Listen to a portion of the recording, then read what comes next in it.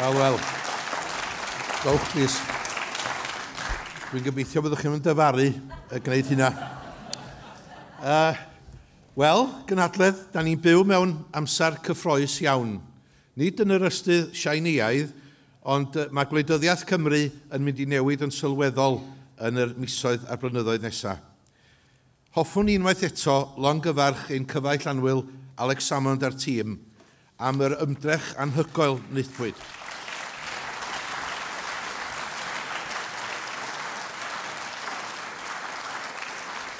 Ac ar bob un siawns fe gafodd Alec y gora ar David Cameron a'r sefydliad, o lunio'r cwestiynau ar y balot, yr amseriad a phopeth arall, roedd wedi codi awr neu ddwy'n gynt na'r sefydliad. Ac yn wir, petai'r sefydliad, y wasg a'r BBec, mae ddrwg gen i ddeud, ddim wedi chwarae gêm anonest wenwynig, mi fasen nhw wedi ennill. Ond fe ddaw dydd pan fydd mawr y rhai bychain. Mae popeth gyfeillion cyd-gwela i yn y fantol. Pa amser gwell i ni felly gyfarfod yma yn Llangollen, canolfan ddiwylliannol ac i gynifer o bobl ledled y byd yn lwyfan iddyn nhw. Oherwydd, yn y misoedd nesaf, mi fydd hi'n bwysicach nag erioed i ni barhau i edrych tuag allan ar ein ffrindiau yn cymdogion ledled Prydain ac wrth gwrs ledled yr Undeb Ewropeaidd. Gyfeillion, heb unrhyw amheuaeth, mae referendwm yr Alban wedi newid rheola'r gêm yn llwyr. Mae cenhedlaeth gyfan wedi ei hysbrydoli a'i hysgogi i siapio dyfodol eu cenedl. Bwrwyd pleidlais gan 86% o bobl yr Alban, ffigwr syfrdanol, a hoffwn gymryd y cyfle i longyfarch pawb yn y mudiad yma fuodd yno yn cynrychioli ac yn cynorthwyo. Rydych chi wedi dangos y ffordd yn glir yn yr Alban, a mi rydyn ni yn eich dilyn chi'n agos iawn, coelwch fi. Ond wrth gwrs, celwydd fydda dweud nad oeddwn ni'n siomedig iawn efo'r canlyniad. Ond ar ôl dipyn, ildiodd y siom hynny dimro ryw gyffro, gan fod y berthynas rhwng cenhedloedd y Deyrnas Unedig yn sicr o newid, a mae yna deimlad cryf fydd pethau byth yr un fath eto. Ni chaiff lleisia 45% o'r hyn i bleidleisiodd o blaid annibyniaeth eu tewi. Dwi'n sicr iawn y bydd yr alwad yn cryfhau dros amser. Ac yn wir, felly'r yn barod synhwyro effaith y referendwm yng nghorneli Clud San Steffan. Ac un o'r prif fesurau a drafodwyd yn y misoedd diwethaf yma yn San Steffan oedd Mesur Cymru.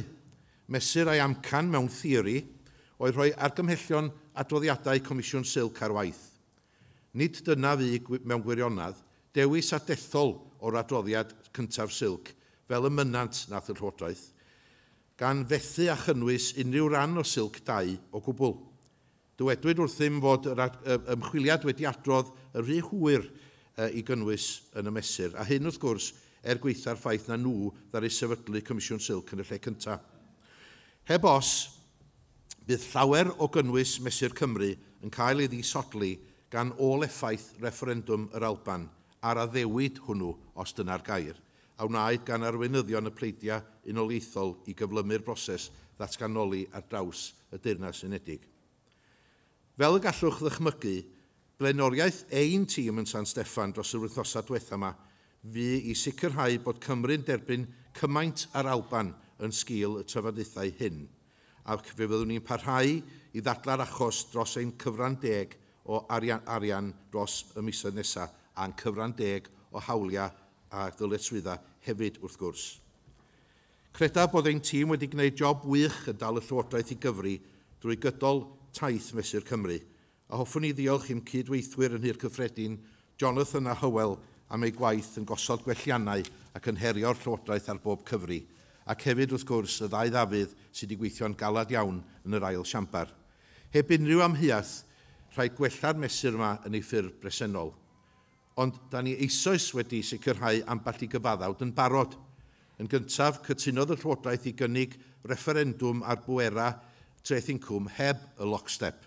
Ac yna, wythnos diwetha, awgrymodd y Llywodraeth y bydden nhw'n symud ar bwera a'r gadw, fydd yn symleidio pethau yn sicr yng Nghymru ac yn gobeithio yn osgoi gorfod mynd yn ôl ac ymlaen i'r goruchaf lys i wneud pwynt bob tro. Ond mewn sawl ffordd, mae pobl rwan yn gytun nad ydy mesur Cymru yn ddigon pellgyrraeddol o'r hanner. Yn wir, rwy'n deall fod posib y bydd y Llywodraeth yn cyhoeddi deddfwriaeth newydd yn fuan yn y flwyddyn newydd fydd yn edrych ar Gymru yn y cyd-destun ôl referendwm.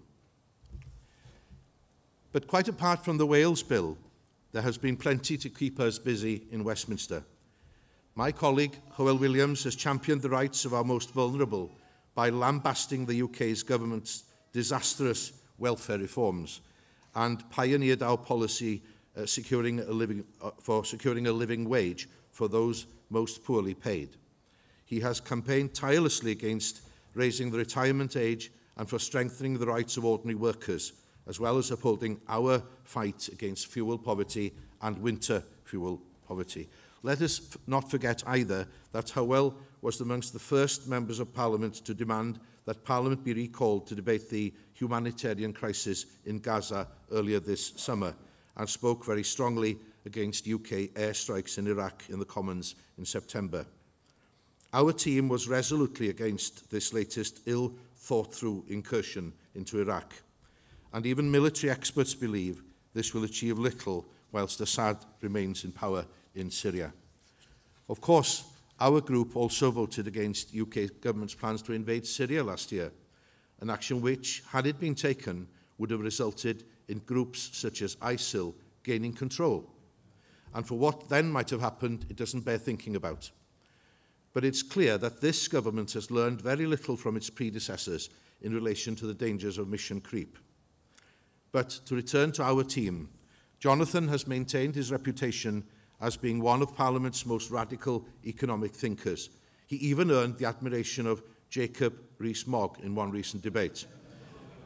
It won't necessarily, Jonathan, improve your street cred in the Amman Valley, however. But, and at the National Eisteddfod, he launched the Get Wales on Track campaign to secure a fair share for Wales from the England-only HS2 rail project. He's also continued to criticise the Labour Party's lack of ambition and indeed hypocrisy when it comes to fair funding, particularly the way in which they have dealt with a Barnett formula which benefits Scotland but disadvantages us in Wales. He has continued to set the agenda as far as the future of the Welsh economy is concerned by putting forward radical policies to create jobs and raise living standards throughout Wales.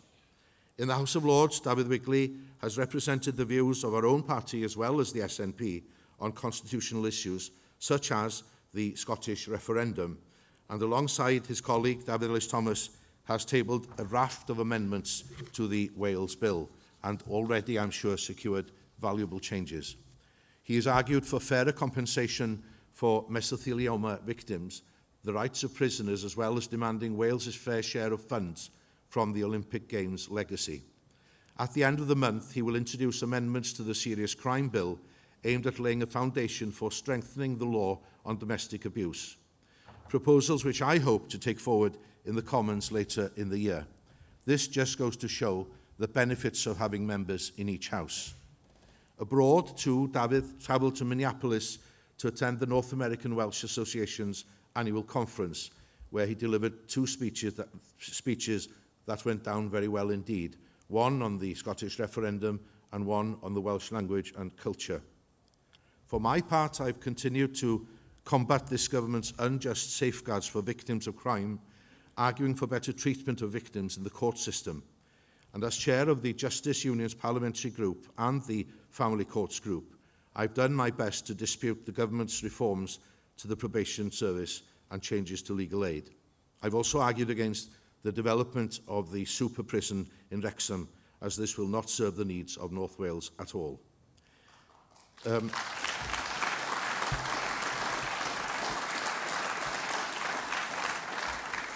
Earlier this year, I represented the House of Commons Justice Committee speaking at the Athens Parliament in a European conference. And in April, I spoke in an international conference in Strasbourg on tackling violence against women at home and abroad. And I was privileged indeed to take part in a memorial service in Flanders in August, which was in commemoration for the fallen Welsh soldiers during the First World War.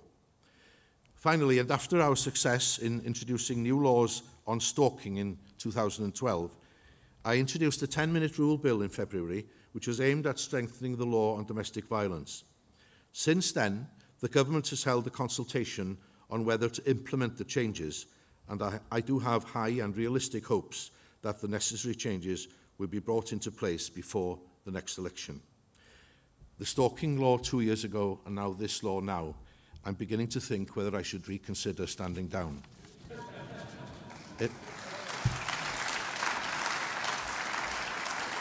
It's taken a devil of a long time to get them to listen, but I think they actually are listening at the moment. But seriously, I hope it will be in some way a fitting end to my parliamentary career, I suppose. Oherwydd, mae'n byr debyg mai dyma fydd y tro olaf I mi anerchi fel arweinydd grŵp San Steffan, ac wrth gwrs fel aelod etholedig Plaid Cymru. Nid cofiwch mod i'n ystyried troi at UKIP. Di pethau'n cweit mor ddrwg â hynny.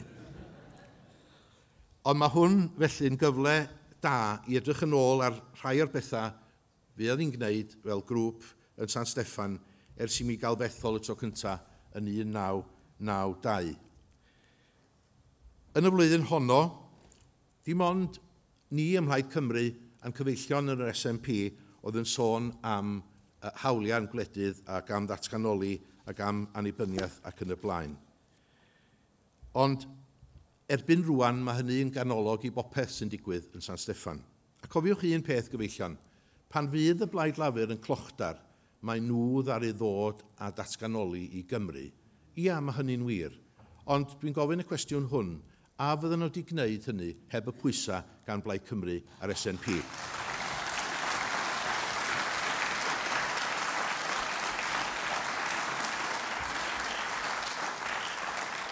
Wrth feddwl am y cyfnod yna, mae ambell I chafbwynt yn sicr o ddod i'r co, ac mae, wrth gwrs, mae yna gama sylweddol o ran datganoli wedi ei cymryd. Pen ges I fethol gyntaf, roedd nifer fawr yn Sir Cyffredin yn credu mai cwbl amhosibl fydda mynd ar maen i'r wal. Mi fu mae'r amball I bwyllgor sefydlog, mesur yr iaith yn un, Deddf Llywodraeth Cymru wrth gwrs 98, a rhyw ddwsin 15 o'r eraill. Fel y gwyddoch mae'n debyg, byd y gyfraith oedd fy nghefndir proffesiynol cyn gwleidyddiaeth, ac rwyf wedi bod yn aelod o'r pwyllgor cyfiawnder Sir Cyffredin ers blynyddoedd bellach ac yn is-gadeirydd. Fel aelod o'r pwyllgor hwnnw, ac hefyd fel cadeirydd grŵp seneddol yr undeba cyfiawnder, rwy'n falch o fod wedi chwarae rhan wrth sicrhau newidiadau arwyddocaol I gyfraith teulu a throsedd yn ystod fy nghyfnod yn y Senedd. Y maes cyfiawnder teuluol, yr hyn dwi mwyaf balch ohono fo, ydy mi fi oedd y cyntaf I sôn bod angen Comisiynydd Plant I Gymru. Ac mae'n debyg mai fy nghyreiddiad mwyaf am hwn I oedd sicrhau y gyfraith stelcian. Ymchwiliad ac adeiriais ac arweiniodd at greu 2 drosedd stelcian newydd a ddaeth I rym ym mis Tachwedd 2012, ac ar hyn o bryd mae yna ar draws 1,000 I 1200 o achosion o flaen y llys. Paswyd y gyfraith yma gyda llaw trwy'r 2 dŷ mewn 11 diwrnod, sydd o bosib yn rhyw fath o record. Ro'n ni'n neilltuol o falch fod yr ymchwiliad hwn wedi bod yn un trawsbleidiol ac wedi cynnwys y 2 dŷ seneddol. A dweud y gwir, y model hwn o ymchwiliad seneddol annibynnol a fabwysiadwyd gennym oedd y cyntaf I fath, ac awgrymodd un newyddiadurwr o'r BBC y dylid cyfeirio at ymchwiliadau o'r fath fel Llwyd Inquiries. Ho, ho, ho. Ond o ddifri, fy ngobaith I ydy y byddwn yn medru efelychu'r llwyddiant hyn drwy newid y gyfraith ar drais yn y cartre yn hwyrach eleni. 2 waith mewn 2 blynedd, maen nhw fel bysys Llundain, da chi'n aros am hydoedd, da chi'n gweld nhw, yn sydyn iawn, maen nhw ddwy'n dod o'i gilydd. Ond mi rydw i'n falch iawn o'r grŵp a'r gwaith da ni wedi wneud efo'n gilydd I wella darpariaeth gofal I gyn-filwyr o'r lluodd arfog. Ac hefyd, y mis Chwefror 2010, cyhoeddwyd papur ymchwil yn galw am well darpariaeth i'r grŵp hwn, a bydd yn cadeirio grŵp seneddol eto yn edrych ar y mater yma. A mae'r Llywodraeth erbyn rwan wedi apwyntio aelod seneddol i ymchwilio'r mater yma hefyd. Roedd hi'n fraint cael fenwi yn ymgyrchydd y flwyddyn yn y flwyddyn 2010 am y gwaith a wnaed ar y mesur yna. Ond yn y misoedd diwetha yma, mae ein hargymellion y dylid defnyddio llysoedd cyn-filwyr yn y Deyrnas Unedig, fel sy'n digwydd yn yr Unol Daleithiau, wedi cael ei mabwysiadu gan y Blaid Lafur fel ymrwymiad manifesto, ac rwy'n obeithiol y bydd hyn hefyd yn dod i fwcwl cyn bo hir. Wrth gwrs, mae cefnogi cyn-filwyr yn fater cwbl ar wahân i'n safbwynt ni fel plaid ar benderfyniadau polisi tramor sy'n arwain at ryfeloedd maent wedi bod yn rhan ohonynt. Gwleidyddion sy'n ei danfon nhw sydd yn diodda, a mae'n ddyletswydd arno ni i sicrhau i buddiannau nhw pan bydden nhw'n dod yn ôl yn aml iawn wedi cleifio.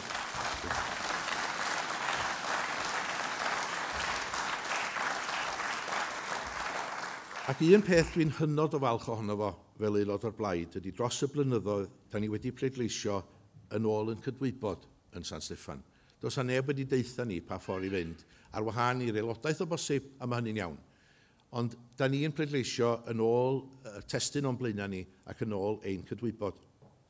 A sôn am pleidleisio, yn y flwyddyn 2003 fel y gwyddoch chi, pleidleisio ni yn erbyn yr ymyriad anghyfreithlon yn Irac.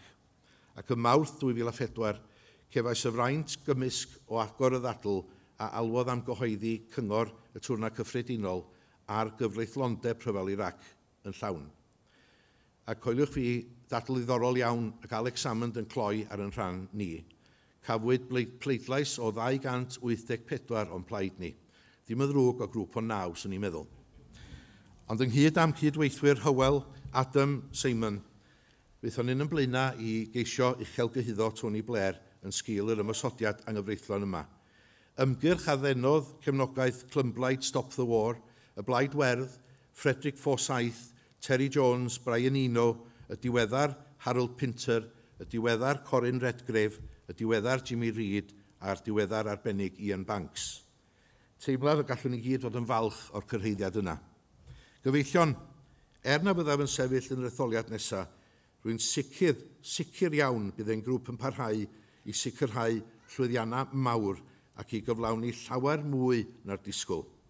Tîm bach ydyn ni, ond mae'r hyn da ni wedi gyflawni yn aruthrol, a mae gyda ni enw yn San Steffan fel tîm bach sydd yn cwffio yn galad ac sydd yn cwffio i'r pen mwyn sicrhau cyfiawnder. Ac mi rwy'n sicr hynny y byddaf yn gadael Dwyfor Meirionydd mewn dwylo da, ac fe fydd y cynghorydd Liz Saville Roberts yn gwneud aelod seneddol arbennig o ddisglair. Mae gen i bob ffydd yn ei hi, fel Hywel a Jonathan a'r lleill fydd yn ymuno â nhw, y bydd y gwaith diflino yn dal y llywodraeth i gyfri ac i sicrhau bod cydwybod yn bodoli yn hir cyffredin a bod buddiannau Cymru bob amser yn gyntaf. Yn wir, mae gynnon ni ar hyn o bryd ymgeisyddion gwych ledled Cymru, sy'n cynnig ystod eang o arbenigedd ag o brofiad, o athrawon i awduron, i ddiffoddwyr tân, siaradwyr Cymraeg ac ymddysgwyr Cymraeg, wedi ei geni yng Nghymru a thu hwnt i'r ffin. Mae ymgeisyddion Plaid Cymru yn adlewyrchiad go iawn o'n cenedl ac yn destun balchder i ni gyd. Mae un peth yn sicr, bydd ein holda seneddol bob tro yn gweithio dros Gymru yn San Steffan. Mae'r enw'n dweud y cyfan yn dydy, Plaid Cymru da ni, ac nid cangen o blaid Llundeinig. I gloi, hoffwn i ddiolch o wylod calon i etholwyr, Nant Conwy, Meirionydd a Dwyfor am eu cefnogaeth a'i teyrngarwch. Diolch hefyd i chi am gael y fraint o gydgerdded ar yr daith yma yn ystod yr 3 mlynedd dwytha. Dwi'n rhoi gorau ddi, dwi'n sicr ddim yn ymuno UKIP, mi fyddai yn yr bob cynhadledd yn ei niwsans o'n hun. Ond mae fyddai gymaint â hyn wrth gloi, mae wedi bod yn fraint, mae wedi bod yn anrhydedd cael cynrychioli Plaid Cymru yn San Steffan, ac dwi'n diolch i chi gyd. Diolch yn fawr iawn.